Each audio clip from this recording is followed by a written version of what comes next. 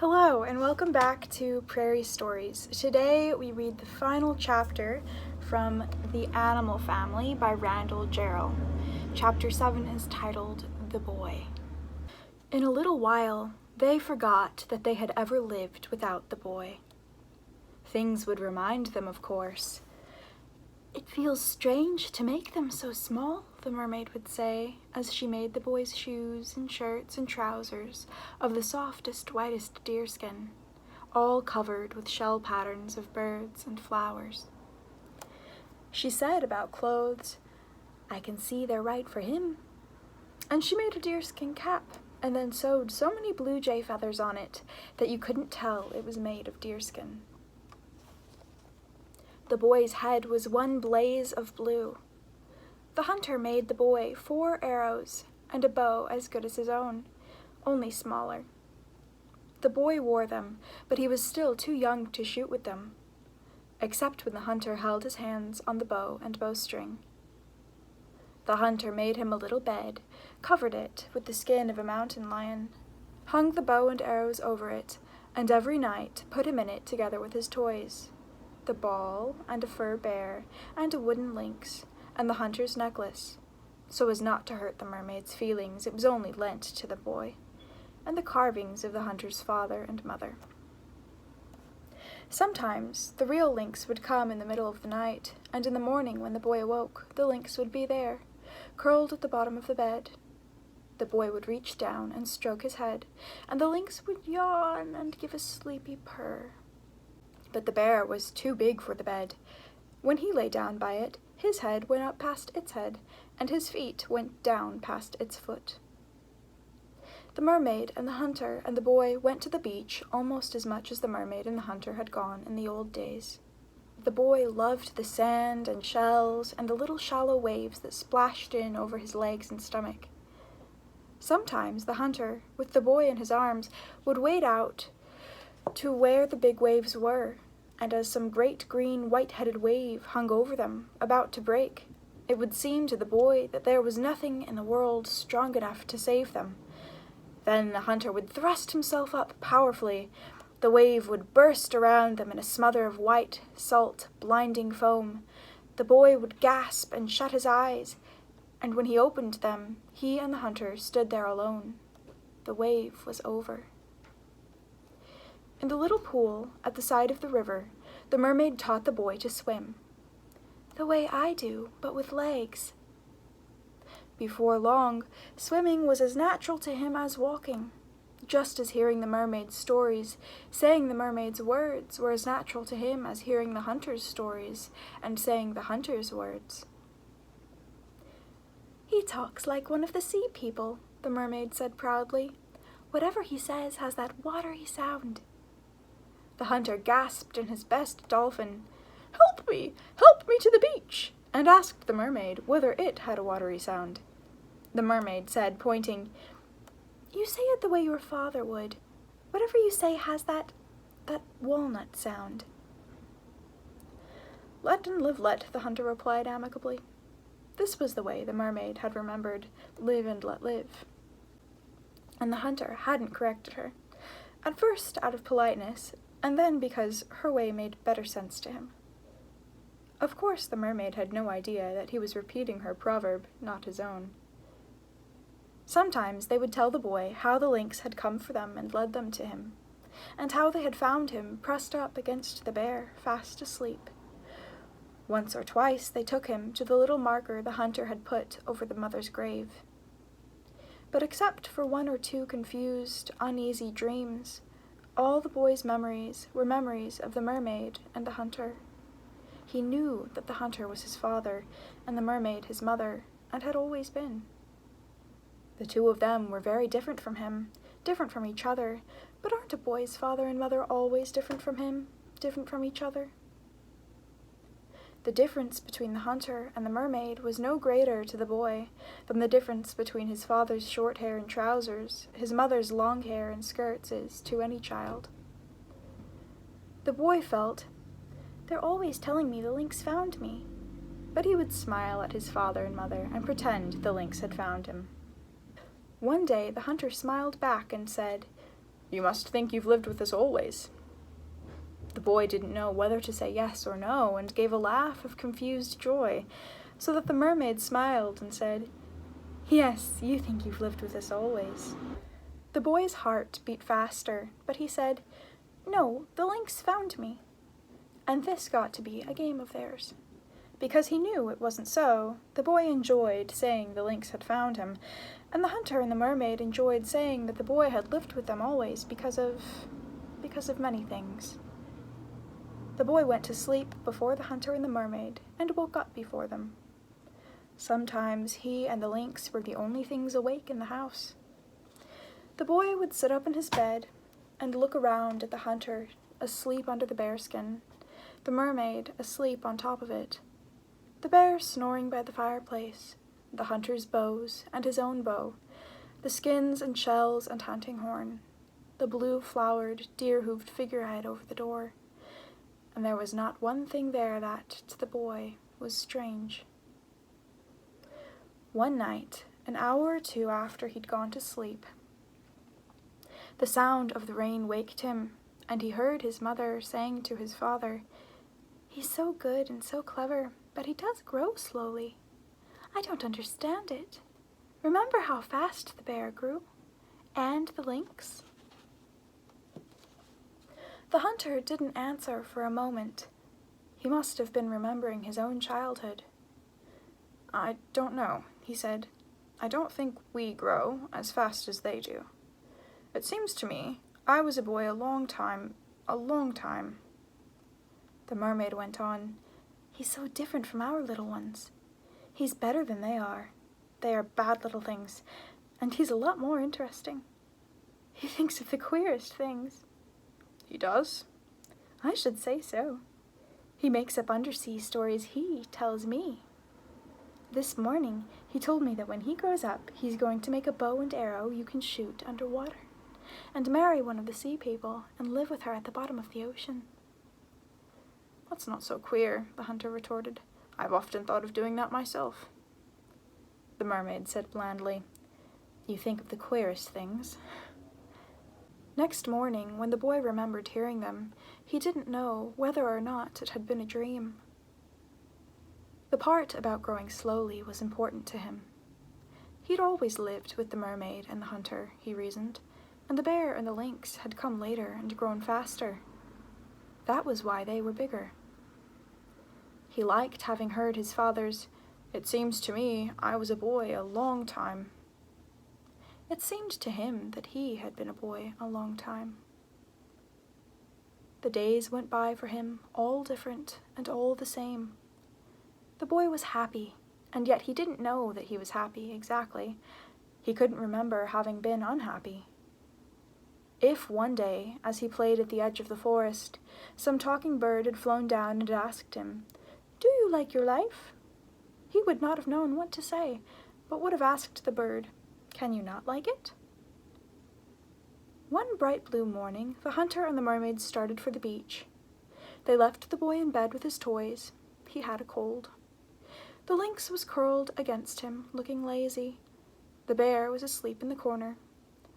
"I'll carry you," said the hunter, and went down with the mermaid in his arms. As she plunged in and out of the white surf, the mermaid seemed something the sun had made from the light and shadows on the sea. Her eyes dazzled you, like the little rainbows in the spray. The waves flung up when they broke. She looked as much a part of the water as a fawn looks a part of the forest. She could, quite literally, swim in circles around the hunter. He plowed along with this sleek, bubbling thing curving ahead and behind and on every side, occasionally shooting halfway out of the water like a dolphin. As they went home through the meadow, the hunter walking easily and the mermaid pushing herself along through the grass, the hunter said with a troubled smile, "To swim like that, and then to live on land."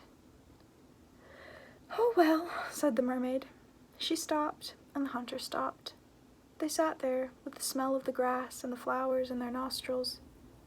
The hunter yawned and stretched, and with the backs of his hands rubbed the salt out of his eyes, and then leaned back and stared drowsily into the sky.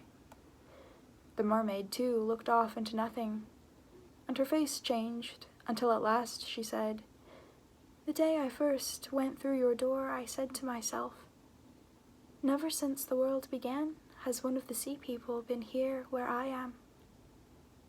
She gave a queer laugh then. Still looking out unseeingly, she began to talk, and to talk, and to talk as she never had talked before. "Remember when I wanted to pick up the coal," she said. "Those days I'd picked it up, and it hadn't burnt me, and I sat there with it in my hands. In the morning, when I'd wake, I'd lie by you and say the new things to myself, and there were so many, I couldn't believe I was awake. I'd say to myself, 'I'm dreaming,' and it was that way so long. But one morning, when I started to think of the new things, there weren't any. And the next morning, there still weren't any. And the next morning, there still weren't. I was used to things. Only it was hard for me to get used to being alone so much. The sea people go in schools like fish. We're never alone. I'd wait for you and push myself across to the window and think how long it would take me to push myself down over the meadow and the beach to the sea.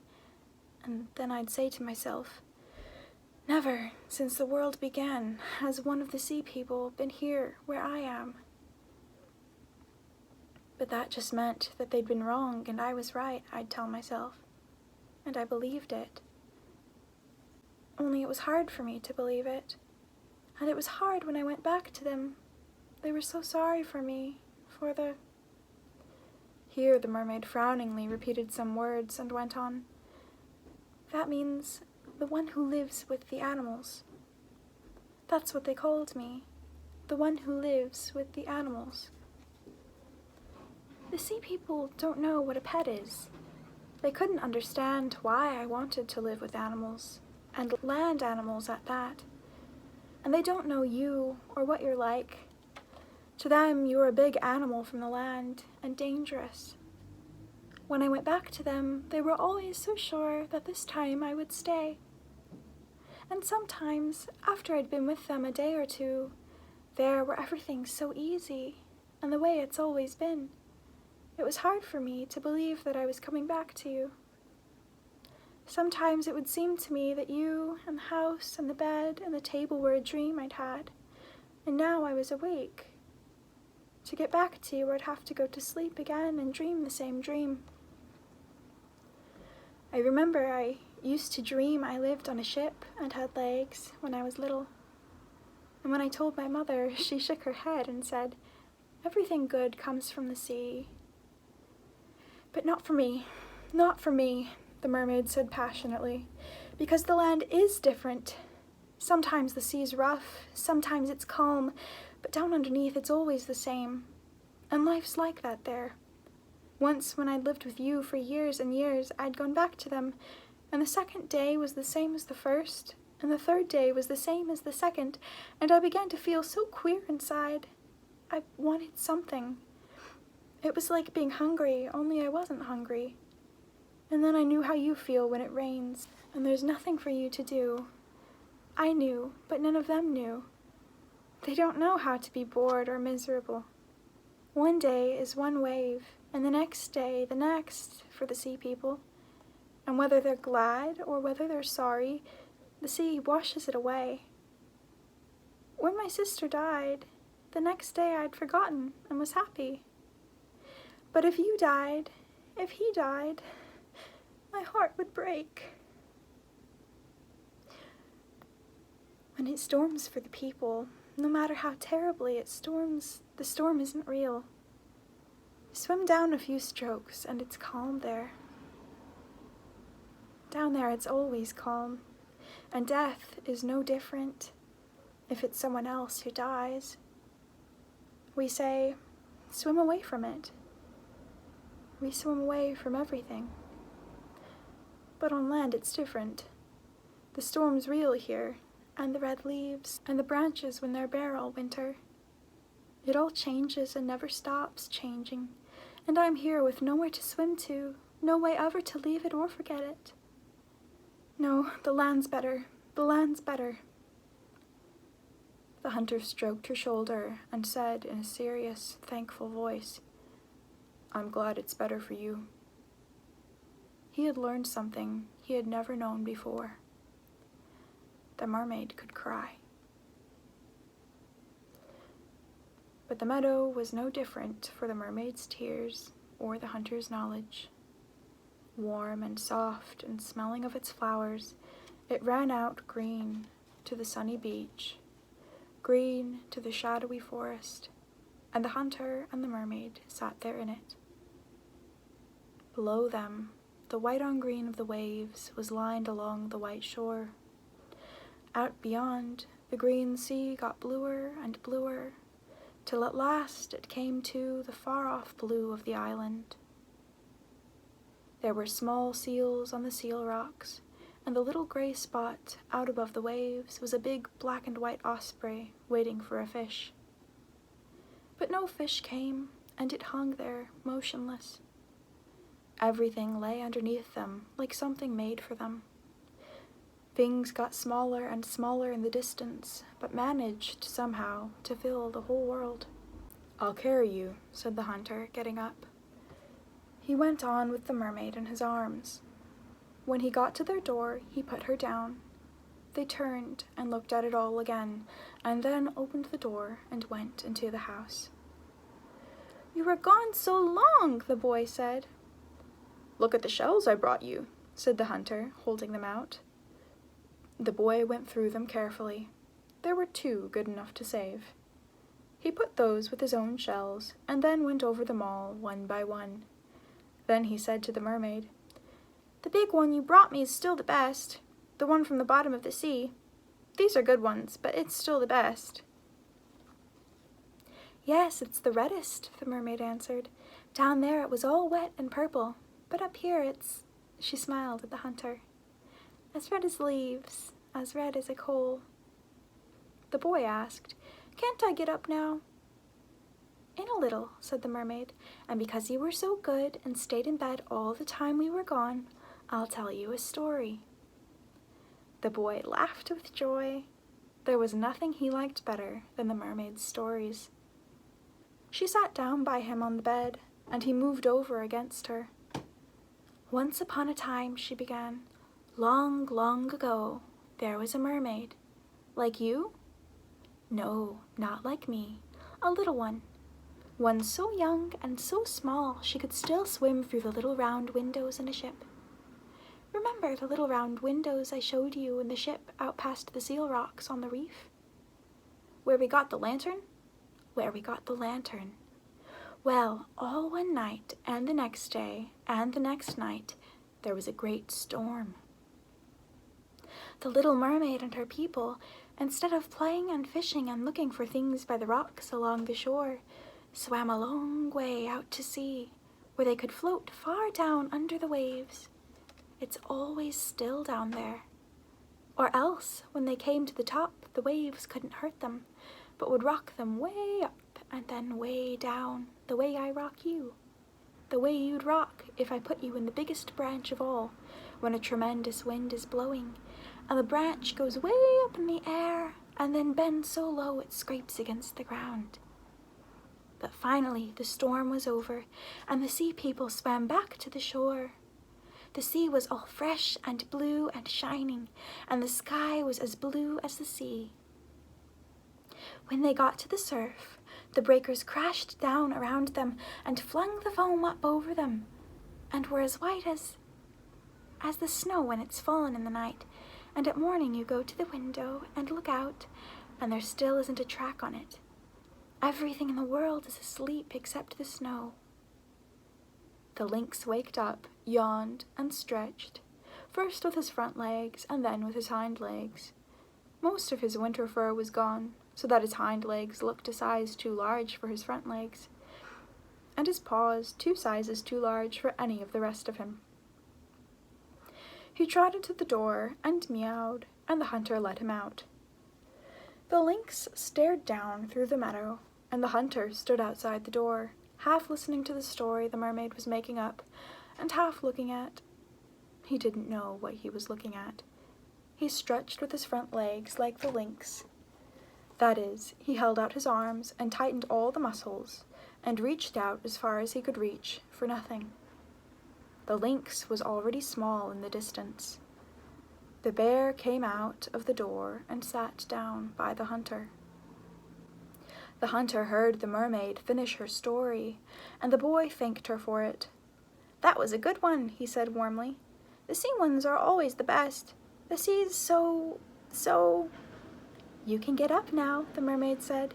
"Dress so you'll be good and warm and we can sit outside with your father."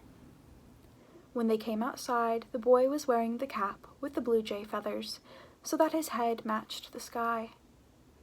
He went over and patted the bear and said to the hunter, "Where's the lynx?" "Down there," answered the hunter, pointing far along the beach. By the little river you could see the tiniest lynx there ever was. The boy looked and saw him and said, laughing, "Ha! That's where he found me." "Oh, we just told you that," said the hunter, starting their old game. "The very first day your mother and I came to the house, there you were in the corner, fast asleep." "That's right, fast asleep with him," said the boy, giving the bear a push. "Oh no," said the mermaid. "That was years before the bear came. We've had you always." The end. And that was the end of The Animal Family by Randall Jarrell. I hope you've enjoyed this book as much as I have, and I hope that it will inspire you to notice the beauty all around you as you go about your days, and to be grateful for the experiences that you have, and encourage you to try new things. Much love, everyone. Take care.